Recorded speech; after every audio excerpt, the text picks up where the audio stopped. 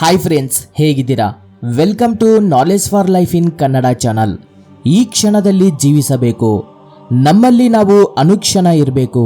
ಅದೇ ನಿಜವಾದ ನಿರಂತರ ಧ್ಯಾನ ಸಾಧನೆ. ಆದರೆ ಹೇಗೆ ಸಾಧ್ಯ? ಹಾಗೆ ಹೇಗೆ ಇರೋಕ್ಕಾಗುತ್ತೆ ಅಂತ ತುಂಬ ಜನ ಕೇಳುವ ಪ್ರಶ್ನೆಗೆ ಸಮಾಧಾನವಾಗಿ ಒಂದು 5 ಟಿಪ್ಸ್ನ ಹೇಳ್ತೀನಿ. ಆದ್ದರಿಂದ ಈ ವಿಡಿಯೋವನ್ನು ಕೊನೆಯವರೆಗೂ ಸ್ಕಿಪ್ ಮಾಡದೆ ನೋಡಿ. ಫಸ್ಟ್ ಒನ್, ನಾವು ಈ ಕ್ಷಣದಲ್ಲಿ ವರ್ತಮಾನದಲ್ಲಿ ಇರಬೇಕು ಅಂತ ಗಟ್ಟಿಯಾಗಿ ನಿರ್ಣಯಿಸಿಕೊಳ್ಬೇಕು. ಯಾವ ಕೆಲಸ ಮಾಡ್ತಿದ್ರೂ ಆ ಕೆಲಸದಲ್ಲಿ ನಿಮಗ್ನರಾಗೋಕೆ ಪ್ರತಿ ಕ್ಷಣ ಪ್ರಯತ್ನಿಸಬೇಕು. ಪ್ರತಿ ಕೆಲಸವನ್ನ ಮನಸ್ಸಿಟ್ಟು ಮಾಡಿದ್ರೆ ಯಾವ ರೀತಿಯ ತೊಂದರೆಗಳಿಲ್ಲದೆ ಪರ್ಫೆಕ್ಟ್ ಆಗಿರುತ್ತೆ ಹಾಗೂ ಆಸೆ ಪಟ್ಟ ಫಲಿತ ಅನ್ನೋದು ದಕ್ಕುತ್ತದೆ. ಅದಕ್ಕೆ ಮನಸ್ಸಿದ್ದರೆ ಮಾರ್ಗ ಅಂತ ಅಂತಿದ್ದಾರೆ. ಇನ್ನು ಸೆಕೆಂಡ್ ಪಾಯಿಂಟ್, ಮನಸ್ಸು ಕುದುರೆಗಿಂತ ವೇಗವಾಗಿ ಓಡುತ್ತೆ. ಸ್ವಲ್ಪ ಮರೆತರೆ ಸಾಕು, ಮನಸ್ಸು ಎಲ್ಲಿಗೋ ತಗೊಂಡೋಗುತ್ತೆ. ಅದಕ್ಕೆ ಮನಸ್ಸಿಗೆ ಲಗಾಮು ಹಾಕಿ ಅನುಕ್ಷಣ ಚೇತನಾವಸ್ಥೆಯಲ್ಲಿ ಅಂದ್ರೆ ಕಾನ್ಸಿಯಸ್ ಆಗಿ ಇರಬೇಕು. ನೀನು ಮಾಡುವ ಪ್ರತಿಯೊಂದು ಕೆಲಸವನ್ನು ನಿನ್ನ ಅರಿವಿನಿಂದ ಮಾಡಬೇಕು. ಇನ್ನು ಥರ್ಡ್ ಪಾಯಿಂಟ್, ಇವಾಗ ಆಲ್ರೆಡಿ ನಡೆದು ಹೋಗಿದ್ದು ಭೂತಕಾಲ. ಒಂದು ಕ್ಷಣ ಹಳೆಯ ನೆನಪುಗಳಿಗೆ ಹೋದ್ರೆ ಸಾಕು, ಭೂತದ ರೀತಿ ನಮ್ಮನ್ನ ತುಂಬಾ ಆಳವಾಗಿ ಎಳ್ಕೊಂಡೋಗುತ್ತೆ. ನಾವು ಆಗಿ ಹೋಗಿದ್ದನ್ನು, ನಡೆದು ಹೋದದ್ದನ್ನ ತಕ್ಷಣ ನಮ್ಮ ತಲೆಯಿಂದ ತೆಗೆದು ಹಾಕ್ಬಿಡ್ಬೇಕು. ಹಳೆಯ ನೆನಪುಗಳ ಹತ್ರ ತುಂಬಾ ಜಾಗೃತೆಯಿಂದ ಇರಬೇಕು. ಏನ್ ನಡೆದಿದ್ರು ಸರಿ, ಆ ನಡೆದ ಕ್ಷಣದಲ್ಲಿ ಹೋಗ್ಬಾರ್ದು, ತಕ್ಷಣ ಬಿಟ್ಬಿಡ್ಬೇಕು, ಇಲ್ಲಾಂದ್ರೆ ಮರೆತು ಬಿಡ್ಬೇಕು. ಇದು ತುಂಬಾನೇ ಕಷ್ಟವಾದ ಕೆಲಸ, ಆದ್ರೆ ಪ್ರಾಕ್ಟೀಸ್ ಮಾಡಿದ್ರೆ ತುಂಬಾ ಸುಲಭವಾಗುತ್ತೆ. ಉದಾಹರಣೆಗೆ, ಒಂದು ಕಪ್ ಕೈ ಜಾರಿತು ಅನ್ಕೊಳ್ಳಿ, ಅಯ್ಯೋ ಹೀಗೆ ಹಿಡ್ಕೊಂಡಿದ್ದೆ, ಅವತ್ತು ಕೊಂಡ್ಕೊಂಡಿದ್ದೆ ಅಂತ. ಹೀಗೆ ಹಳೆಯ ನೆನಪುಗಳ ಸುಳಿಯಲ್ಲಿ ಸಿಕ್ಕಿ ಹಾಕಿಕೊಳ್ತೀವಿ. ಅದಕ್ಕೆ ಅಯ್ಯೋ ಒಡೆದು ಹೋಯ್ತಾ, ಹಾಗಿದ್ರೆ ಸರಿ, ಏನು ಮಾಡೋದಕ್ಕಾಗೋದಿಲ್ಲ, ಬಿಟ್ಬಿಡೋಣ, ಯಾಕಂದ್ರೆ ಇದೇ ಸತ್ಯ ಅಂತ ತಕ್ಷಣ ವರ್ತಮಾನದಲ್ಲಿ ಬರಬೇಕು.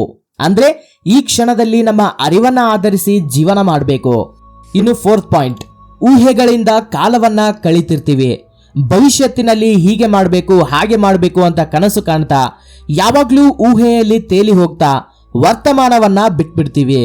ಊಹೆಗಳು ನಿಜ ಆಗ್ಬೇಕಂದ್ರೆ ಪ್ರಸ್ತುತ ಅವುಗಳನ್ನ ನೆರವೇರಿಸಿಕೊಳ್ಳುವ ಕೆಲಸದಲ್ಲಿ ಇರಬೇಕು. ಖಾಲಿಯಾಗಿ ಕೂತ್ಕೊಂಡು ಕನಸುಗಳನ್ನ ಕಂಡ್ರೆ ಅವು ನಿಜವಾಗೋದಿಲ್ಲ. ಅದಕ್ಕೆ ತಕ್ಕ ಹಾಗೆ ಕೃಷಿ ಮಾಡಬೇಕು. ಕಷ್ಟಪಟ್ರೆ ಫಲಿತ ಅದಾಗದೆ ಸಿಗುತ್ತೆ. ಧ್ಯಾನವನ್ನ ಪ್ರಸ್ತುತ ಪಡುವ ಕಷ್ಟದಲ್ಲಿ ಇಟ್ಟಿರಬೇಕು. ಅದು ಬಿಟ್ಟು ಭವಿಷ್ಯತ್ತಿನಲ್ಲಿ ಸಿಗುವ ಫಲಿತದ ಮೇಲಲ್ಲ. ಶ್ರದ್ಧೆಯಿಂದ ಬಿತ್ತನೆಯನ್ನ ಮನಸ್ಸಿಟ್ಟು ಮಾಡಿದ್ರೆ ಬೇಡ ಅಂದ್ರೂ ಕೂಡ ಗಿಡ ಅಂದವಾಗಿ ಬೆಳೆತು ಫಲಿತವನ್ನ ಕೊಡುತ್ತೆ. ಇನ್ನು ಫಿಫ್ತ್ ಪಾಯಿಂಟ್, ಪ್ರತಿ ಕೆಲಸವನ್ನ ಆಸ್ವಾದಿಸ್ತಾ ಮಾಡೋದನ್ನೋದು ಅಭ್ಯಾಸ ಮಾಡ್ಕೋಬೇಕು. ಉದಾಹರಣೆಗೆ, ಟೀನ ಕುಡಿತಾ ಇದ್ರೆ ಆ ಕಪ್ನ, ಆ ರುಚಿಯನ್ನ, ಬಣ್ಣವನ್ನ ಆಸ್ವಾದಿಸಬೇಕು. ಊಟ ಮಾಡ್ತಾ ಇದ್ರೆ ಅಮೃತವನ್ನ ತಗೊಳ್ಳುವ ಅನುಭೂತಿಯನ್ನ ಅನುಭವಿಸಬೇಕು. ಹೀಗೆ ಪ್ರತಿ ಕೆಲಸವನ್ನ ನಮ್ಮ ಅರಿವಿನಿಂದ ಜ್ಞಾನದ ಜೊತೆ ಇರ್ತಾ ಮಾಡಿದ್ರೆ ಅದೇ ಧ್ಯಾನವಾಗುತ್ತೆ. ಒಂದು ಸಾರಿ ಈ 5 ವಿಷಯಗಳನ್ನ ಮತ್ತೆ ನೋಡೋಣ. ಮೊದಲನೇದು, ನಾವು ಪ್ರೆಸೆಂಟ್ ಮೂಮೆಂಟ್ ಅಲ್ಲಿ ಅಂದ್ರೆ ಈ ಕ್ಷಣದಲ್ಲಿ ಇರಬೇಕು. ಎರಡನೇದು, ಮನಸ್ಸಿಗೆ ಲಗಾಮನ್ನ ಹಾಕಬೇಕು. ಮೂರನೇದು, ಭೂತಕಾಲವನ್ನ ಬಿಟ್ಬಿಡ್ಬೇಕು. ನಾಲ್ಕನೇದು, ಊಹೆಯಲ್ಲಿ ಬದುಕದೆ ಪ್ರಸ್ತುತ ಕೃಷಿ ಮಾಡಬೇಕು. ಐದನೇದು, ಪ್ರತಿ ಕೆಲಸವನ್ನ ಅರಿವನ್ನ ಆಧರಿಸಿ ಜ್ಞಾನದ ಜೊತೆ ಇರ್ತಾ ಮಾಡಬೇಕು. ಒಂದು ಸಾರಿ ಈ 5 ವಿಷಯಗಳನ್ನ ಗಟ್ಟಿಯಾಗಿ ನೆನಪಿಟ್ಕೊಂಡು ಸಾಧನೆಯನ್ನ ಮಾಡಿದ್ರೆ ನಮ್ಮ ಜೀವನ ಎಷ್ಟೋ ಅದ್ಭುತವಾಗಿ ಬದಲಾಗಿ ಬಿಡುತ್ತೆ.